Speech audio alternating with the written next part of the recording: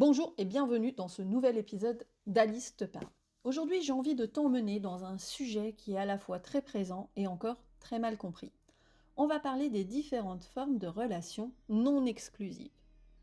Peut-être que ce sujet te questionne, peut-être qu'il te dérange, peut-être qu'il t'attire, ou peut-être que tu es déjà dedans sans forcément mettre de mots dessus. Et c'est exactement pour ça que j'ai envie d'en parler aujourd'hui. Parce que derrière les mots, comme polyamour, relation libre, couple ouvert, il y a énormément de fantasmes, de projections et aussi beaucoup de jugements. Mon intention dans cet épisode, ce n'est pas de te convaincre, ce n'est pas de te dire que c'est mieux ou moins bien. C'est simplement de t'apporter de la clarté, de te permettre de comprendre les différentes dynamiques qui existent et surtout de sortir d'une vision binaire des relations.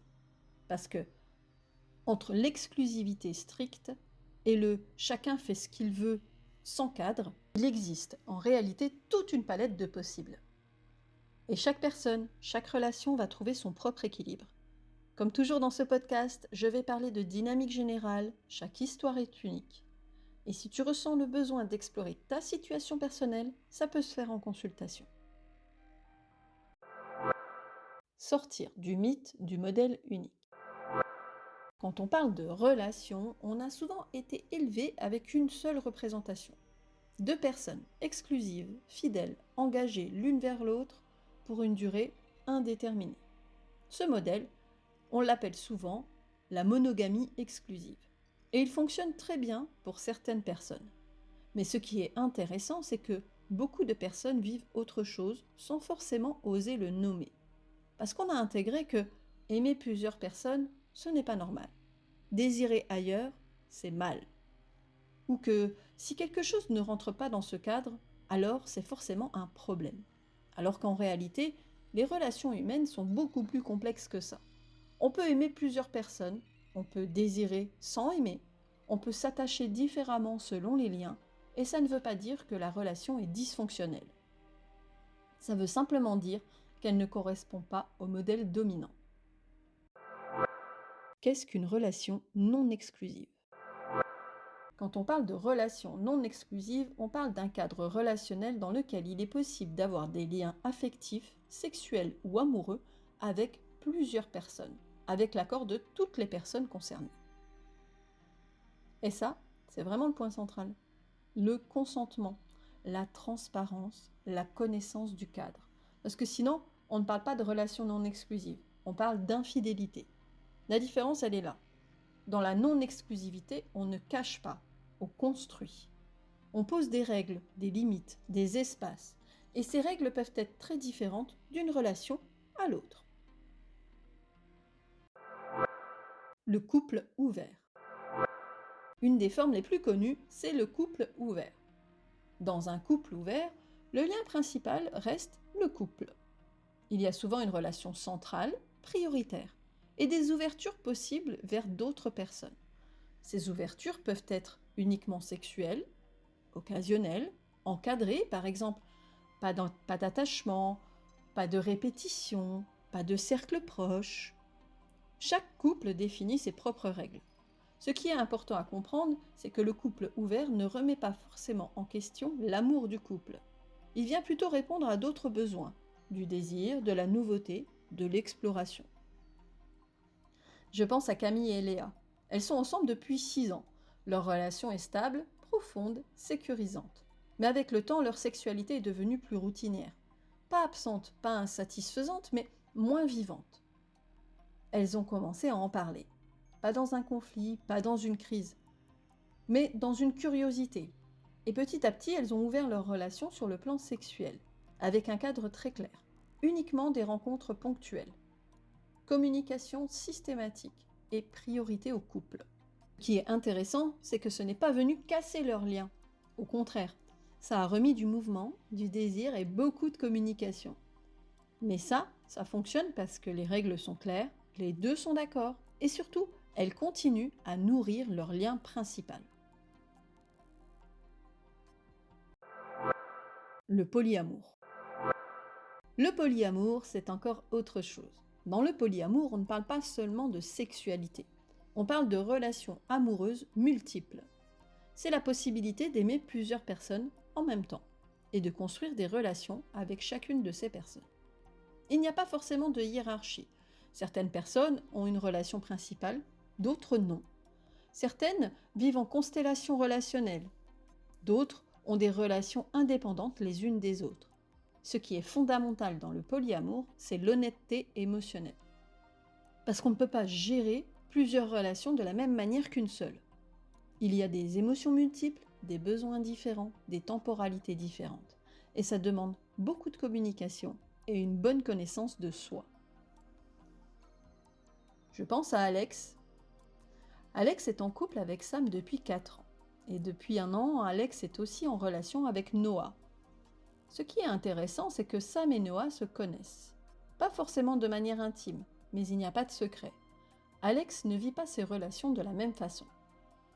Avec Sam, il y a une histoire longue, un ancrage. Avec Noah, c'est plus récent, plus exploratoire. Et parfois, ça crée des tensions, des jalousies, des insécurités, mais aussi beaucoup d'apprentissage. Sur les besoins, sur les limites, sur la communication. Le polyamour, dans ce cas, ce n'est pas plus facile. C'est juste une autre manière d'aimer. Le libertinage. Le libertinage est encore une autre forme. Ici, on est plutôt dans une ouverture sexuelle souvent partagée. Le libertinage peut se vivre en couple, en solo, en groupe. Mais il est généralement centré sur la sexualité et moins sur le lien amoureux. Il peut y avoir des échanges, des expériences à plusieurs, des explorations de fantasmes. Et contrairement aux idées reçues, le libertinage est souvent très codifié, avec des règles de consentement claires, des espaces sécurisés et une communication explicite. Je pense à Julien et Marc. Ils sont ensemble depuis 10 ans. Leur relation est solide, mais ils ont toujours eu une curiosité sexuelle. Ils ont commencé par des discussions, puis des fantasmes partagés, puis une première soirée. Ce qui les a surpris, c'est à quel point la communication était centrale. Avant, pendant, après. Ils ont appris à dire oui, non, peut-être, et surtout à se reconnecter après. Le libertinage, pour eux, ce n'est pas une fuite du couple, c'est une extension de leur complicité. Tu vois, ce qu'on appelle relation non exclusive, ce n'est pas une seule réalité. C'est un ensemble de fonctionnements très différents. Et on n'a pas encore parlé de tout. Dans la suite de cet épisode, on va plus loin. On va parler des relations anarchiques, des zones floues et des dérives possibles, des enjeux émotionnels, et surtout de ce que ça vient questionner profondément chez nous. Parce que derrière ces structures relationnelles, il y a toujours quelque chose de plus intime. La sécurité, l'attachement, la peur de perdre et la capacité à se rencontrer soi-même. L'anarchie relationnelle. Il y a une autre forme de relation dont on parle encore assez peu et qui peut venir bousculer encore davantage nos repères. C'est ce qu'on appelle l'anarchie relationnelle. Dans l'anarchie relationnelle, on ne hiérarchise pas les relations selon des normes prédéfinies. Ça veut dire que une relation amoureuse n'est pas forcément au-dessus d'une amitié. Une relation sexuelle n'est pas forcément centrale. Chaque lien est construit pour lui-même. On ne part pas d'un modèle, on part de personnes. Et on construit chaque relation en fonction de ce qu'elle est. Ce qui est fondamental ici, c'est la liberté, mais aussi la responsabilité. Parce qu'il n'y a pas de cadre tout fait. Donc il faut communiquer énormément, clarifier les attentes, accepter que chaque relation soit différente. C'est une approche qui peut être très libératrice, mais aussi très confrontante, parce qu'elle vient toucher directement à nos repères, et parfois à nos insécurités les plus profondes. Ce que ces relations viennent questionner.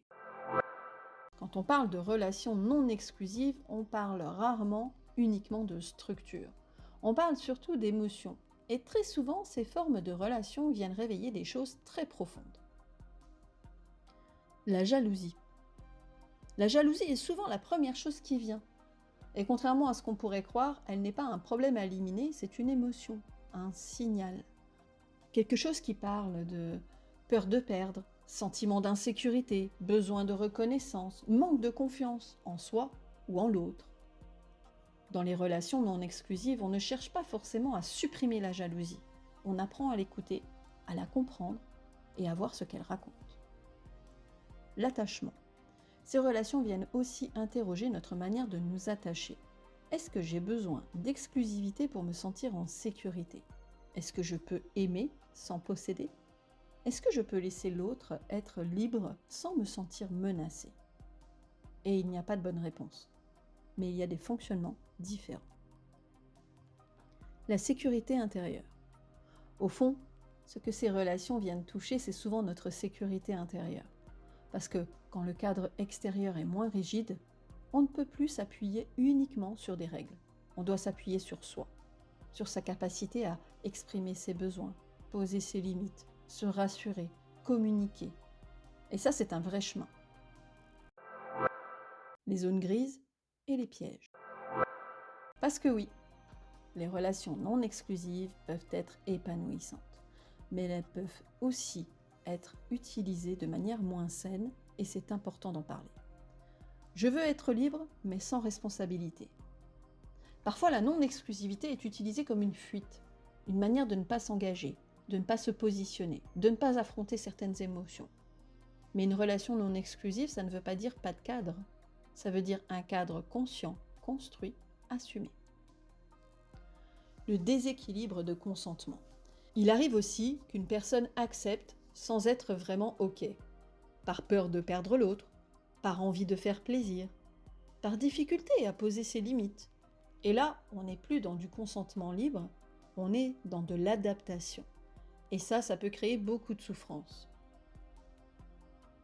Le manque de communication. Sans communication, ces relations deviennent rapidement floues. Et le flou, c'est souvent là que naissent les tensions, les non-dits, les malentendus et les blessures. Ce n'est pas pour tout le monde et c'est OK. Ce que je veux vraiment que tu retiennes, c'est que ces formes de relations ne sont ni supérieures ni inférieures. Elles ne sont pas plus évoluées, elles ne sont pas plus libres, elles sont différentes. Certaines personnes s'épanouissent profondément dans l'exclusivité, d'autres dans la non-exclusivité. Et parfois, on évolue au cours de sa vie. Ce qui compte, ce n'est pas le modèle, c'est l'alignement. Revenir à soi.